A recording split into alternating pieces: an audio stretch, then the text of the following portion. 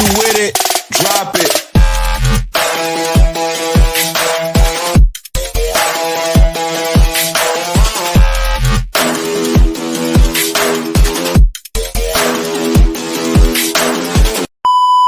Hello, welcome back to the Petty Parlor. I'm your host, Jasmine. And I'm Bree. And we are back again, of course, for something very important and just something that came up, this week that I thought was something we could talk about, because we're probably all going through the struggle. The struggle's real. We're all on the struggle bus. Every day, it's something new that no one wants to hear, that don't make no sense, don't sound like it's legal, don't know how this man plans on letting this go, but he just keeps talking out the side of his mouth, and it's annoying. So we just kind of want to get into like what you can do for your mental health so you don't crash out, because it's real hard, and sometimes you can't just like not be on social media. It's difficult for us. A lot of us, especially I know Gen Z and stuff, y'all were like raised with the internet. You don't know what life is without that. You don't know what life is without getting on the phone and having all this stuff, So, just the most important thing that was ever invented, and I would love to know who invented this, the block button. It will save your life, okay? Get that block button in back. Some upsets you, block it. Some you don't like, block it. You don't need to keep having that in your phone. Social media does not care about your mental health. It doesn't care what it's feeding you in the algorithm. If it's calling you fat, telling you to get these weight loss pills, if it's, telling you you're ugly, get this surgery, it's there to make money. It's not there to be your friend. So it's not nice all the time.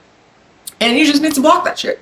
So, how do you feel about social media and these trying times, as I keep saying? I be blocking people all of the time. I block things, all the things I don't want to hear about. But I am a millennial and therefore grew up without social media. So I know what a great thing we used to have. So I feel like it may be easier for me, like you were saying, with Gen Z and stuff, it's probably more difficult to really disassociate yourself completely from social media. But when you do it, and you get past the point, with everything that you disassociate from, there's like always a point where it's fucking awful. And then like you get to a point where you're like, this actually is kind of nice. You know what I'm saying? Yeah. And once you get to you have to do it long enough to get to the point where you're like, this is actually kind of nice. And once you get to that point, you're going to really realize like how much kind of trauma it's instilling in you constantly. Yes. And so I think it's super important to make sure you're really taking care of yourself. Because like Jasmine said, they don't care. They don't care about your mental health, even though they will send you 7,000 ads for better health. Absolutely. Okay? But they don't really care about your mental health. They don't care about, the fact that you're struggling or that like seeing all these things. I try to look at more positive things or things I don't have to think about, makeup tutorials and things like that. Those are just like, I don't want to constantly, I look at a lot of politics because I'm a political person, and I want to know what the fuck's going on in the world. But it does get to a point where I'm like, that's enough bad news. And I have to start reading and put the phone down and do something else. Yeah. Definitely, it's good to feed yourself with like positive things, more positive thing. If you have like motivational, like I have motivational quotes and stuff that come up on my Facebook because that's the stuff I like. So then it keeps feeding it to me. Like, make the algorithm your bitch, to be honest. If you keep stopping and scrolling and clicking on comments here and clicking on that, it's going to keep giving it to you, and then you're just going to keep getting angry. The emotion is what it wants out of you. It wants the engagement with you. So if you're engaging with negative things and going back and forth with these niggas on the internet, it's just going to keep giving you stuff to go back and forth with. And ain't nobody got time to go back and forth with you niggas. So have you ever done that before? Gone back and forth with people? I'm really trying to think if I have, because I really just say what I gotta say and I'm out. Like, I said what I said. I'm very much so like that person. I'm trying to think, like, maybe if there was like an ex or something, a family member got into it, like, it would have to be something where it was like, I personally knew you and I'm gonna catch you in these streets. So, you know, I just need you to know, like, what's up. Because I'm really not a back and forth type of person. Even at work, people know, like, I'm direct as fuck. I'm very upfront and direct. I will hop on a call with you in a minute. I know people hate that. But if we're typing too much together at work, even in Slack messages, I'm be like, I'm gonna set up a chime so we can meet about this, because I can't keep going back and forth. That's a bit like, I'm not a back and forth person, and like, I say what I gotta say, and Amazon has like the principles or whatever, Invented Simplified. Like, I'm such a big person on, I will take something that might be 5 paragraphs and say it in 2 sentences, because that's all I got the energy for. I don't have the energy to go. I feel like it's very low vibrational to like go back and forth with people and let them keep getting your energy. You're not going to keep getting my energy. I got to go back in my space, so I don't go back and forth with people.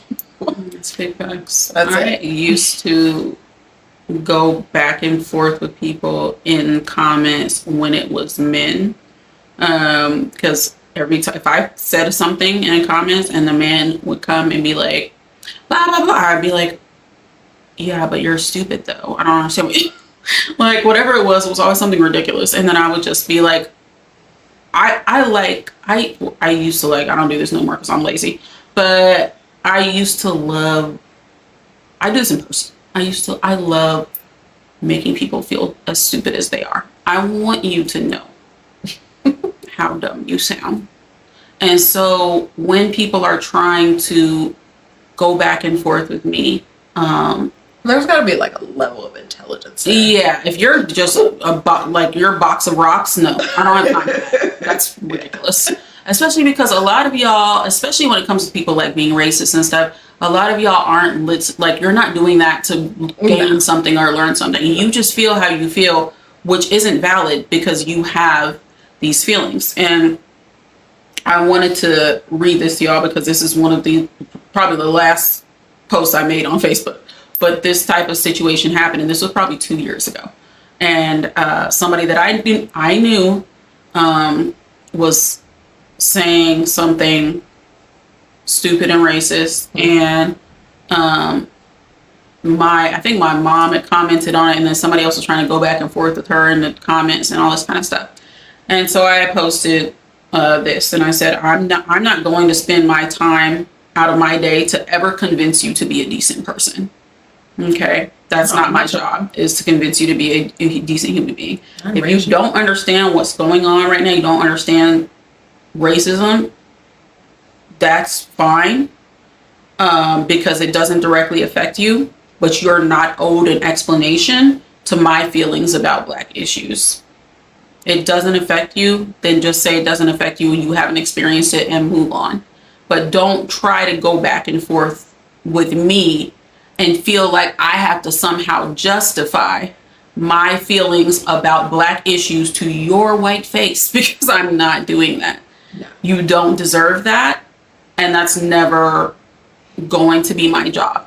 And so I let that person, I posted that on my page, I blocked that person, and that was the end of that. And that's always going to be the MO for me. And even going forward now, I don't go back and forth with people.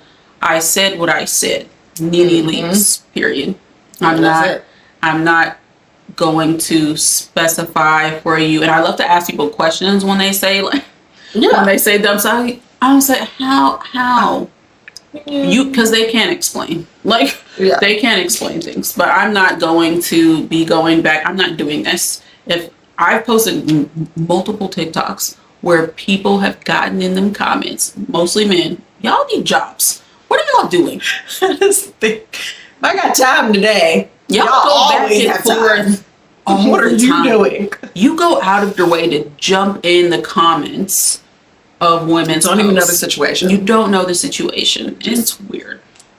And I had a TikTok, one specifically that I had, and I said that dudes were weird, because I was like, I just met this guy like 5 days ago, and he was like, I need to put a baby in you or something. I was like, well, how are y'all gross like that or whatever? And a bunch of weird ass men came in the comments and were like, well, I mean, you chose them or whatever. And I'm just like, there's something truly wrong with you that you are going out of your way to defend a weirdo that You don't even know. Never met. You act like this is your cousin. It's like, this your brother. Like, what are you doing? You jumped out of what you were doing to come into my comments and do that. And what they thought was going to happen was I was going to be like, blah, blah, blah. This is back and forth. Every single person, block, block, block, block, block.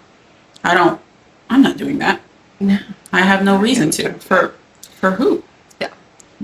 And I will say, when I was younger, I may not have gone back and forth with people, but I used to try to educate people, and I don't try to do that anymore. Mm-hmm. I used to try to express, empathy and humility, because I am a very empathetic person, and I tried to get them to see like another side and all this stuff. And it's what a lot of Black women do, the nurturing thing, and we try to educate white women on like, this is how you should do their hair, or this is why you're a culture vulture, this is what you're doing that's offending this person. Like, I used to try to educate because I had the energy for that. I was younger. I don't have the energy more. I don't go back and forth, and I don't educate. The way that Google is free, and there's so many resources nowadays, there's no excuse for you not to educate yourself. So it's no longer my burden to bear to do that anymore. So that was something that I used to do, but I don't do that anymore. Go look it up. That's crazy. I did used to. Did I ever try to educate anybody? No. I don't think I ever did. I think I don't care. Because to be honest, I don't believe, or I didn't believe, there are some, but I don't believe that a lot of the people who act like they want to be educated truly want to be educated. Because I think a lot of the things that are true about racism and about the way that a lot of whites behave are insulting to them. And so once you actually really truly break it down and they really understand, they're going to be insulted and they're going to feel a certain time. And that's when they're going to start doing all this. And for what reason? I could just be reading. I don't have time for that. I can be watching TV right now. So I don't do that. But also my friend who's white, her name is Cassidy. Shouts out to Cassidy. She's always said this, and I completely agree. She said that, and she's gay. And she always says, if I speak to people about gay issues, no one cares because I'm gay and it affects me directly. If someone straight speaks to people about gay issues, they're more likely to listen. The same way that if she's a person who is an ally and an advocate and she speaks about Black issues all the time, and she speaks to her, other white people in her community, in her family or whatever about Black issues, and she says the same thing. If I'm speaking about Black issues because people are more likely to listen to me than they are to listen to you. You know what I mean? And so I feel like that's really when white people hear things, because as Black people, we've told y'all this same thing multiple times. We told not only y'all, everyone. We told everybody. All of you. So many times. And no matter what, you still don't listen. And then you act like, the amount of I never knew. Oh my God. It's so annoying. You knew because we told you. You refused to listen. You just didn't want to. You didn't want to hear it from us. Yeah. And so that's just how that is. So yeah, this is a lot of why, I'm on my Black girl sabbatical for the next 4 years. I will just block you. I'll just, bye. There's no reason. I already blocked a bunch of people the first time he came around. So now I really ain't. And I'm thankfully, and this is why it's always been hard for me to be like a social media influencer, because, I do feel like, I'm bad at what I could get up there and get the numbers and stuff like that. But you have to care about numbers and things and about followers and stuff to sometimes be like an influencer until you reach a certain level where you're thick in your community and they really like you and people understand you and they like you and stuff, and those numbers just are going to stay solid. But when you're like upcoming and things like that, it's like all about followers to get sponsors and everything. And so people just add people on social medias and things just so then they have like a high friend count or high following, you know, and stuff like that. It's like, oh, they have 3 million people following them. Oh my gosh, like they must be so cool or whatever. I would never want 3 million people following me. No, there's no way. Never, ever, ever does that sound appealing to max, me. I would want maybe 500,000 people. Maximum, maybe. That's a lot. That's a lot of energy. That's a lot of things to take in. And so like, that's always been my thing of like, you know, because it was a thing back in the day where people were looking at everyone's friend counts, and that's how they associated if you were cool or if you were like follow more people. Yeah, and I hated that with my whole heart. I hated that period. So many people because I've always loved to watch makeup tutorials and stuff. So I follow all these makeup artists and stuff. So my follower, the amount of followers I have versus the people I'm following, it's wildly different. Like I have like 3 followers and I'm following like 7,000 people, and I'm like, that's when my feeds are popping though, because I'm following all these people. I don't want to just be sitting there with nobody to look at because I'm thinking I'm better than people. That's so fucking weird. Like, that's weird to me. It's weird behavior. I don't like it. But I know that was a big part of when social media started. That was like ingrained in social media culture about having a bunch of friends on your friends list on Facebook and MySpace. Make sure you have like all these friends on MySpace and everything so everyone can see your profile and the top 8. Like it was embedded in us and encouraged through social media to keep having all these people. And at this point in life, if you got 3 people you fuck with, you got 3 people you fuck with. Period. I don't even got 3. You know what I'm saying? On social media. Like, that's just what it is. I don't care if I drop people. I don't look at the numbers and keep counting and trying to see who's doing what. I purposefully get rid of people, especially though when I used to be on Facebook. I used to every like couple of months. I used to just if I haven't talked to you, I feel like Facebook is one place that's like really for family to me. I feel like you only keep up with your family on there or like your real friends. Yeah, now it is. Yeah, for sure. Now I'm talking about now, not back then. Back then it was everybody. But actually, I didn't even follow like celebrities on Facebook. But I feel like that was for. That was like catfish. It was like I feel like the turn of everything was when catfish were introduced in the internet, and that's when people start being more cautious about who they were following. Who these friends were, sound like because they were getting stalkers and stuff like that. So I'll go through like if I haven't spoke to you or anything in like 2 months, I'll be like, get off of here. Like I don't know why, but I would just be like. I just have a purge like every 2 months. Like if you can't reach my phone number or my address or nothing, like why are you here? Right. So, yeah. Instagram and them, it's too late because I follow too many people. I can't even really go through unless you do something and I'm like I gotta unfollow this person. It is what it is. These feeds, I fuck them up. I ain't gonna hold you. Yeah. I know it's weird for us to say for like having a podcast to be this way, but listen, it's healthy. You just got to. I don't post my personal page in here for you guys to go follow me personally or whatever. I'd rather you just you like the podcast, follow the podcast, stay in there. So, no offense, but offense taken. Offense taken. Well, I probably would not add you on my personal thing because I don't like people. Not that I put any business out there to be like seen, but like I just no. I ain't gonna hold you. Somebody I know in real life commented on a video of the podcast, but they also commented on one of my own personal videos on my profile. And this person, I'm not following them on TikTok. They're not following me. We used to be friends. We haven't talked to each other in like years and years and years. And it was just awkward. And I was like, and then they said something personal in the comment that they left and I just deleted it. Yeah. Because I was like, what are you doing? And then I was trying to like go to their page to like block them. But I don't like that type of shit. I keep all my stuff private. I don't want anybody to be able to like be following me or whatever that I don't fucking approve of. Because every time somebody tries to follow me on like Instagram and stuff, I'm like, motherfucker, who are you? I know you. Who you is?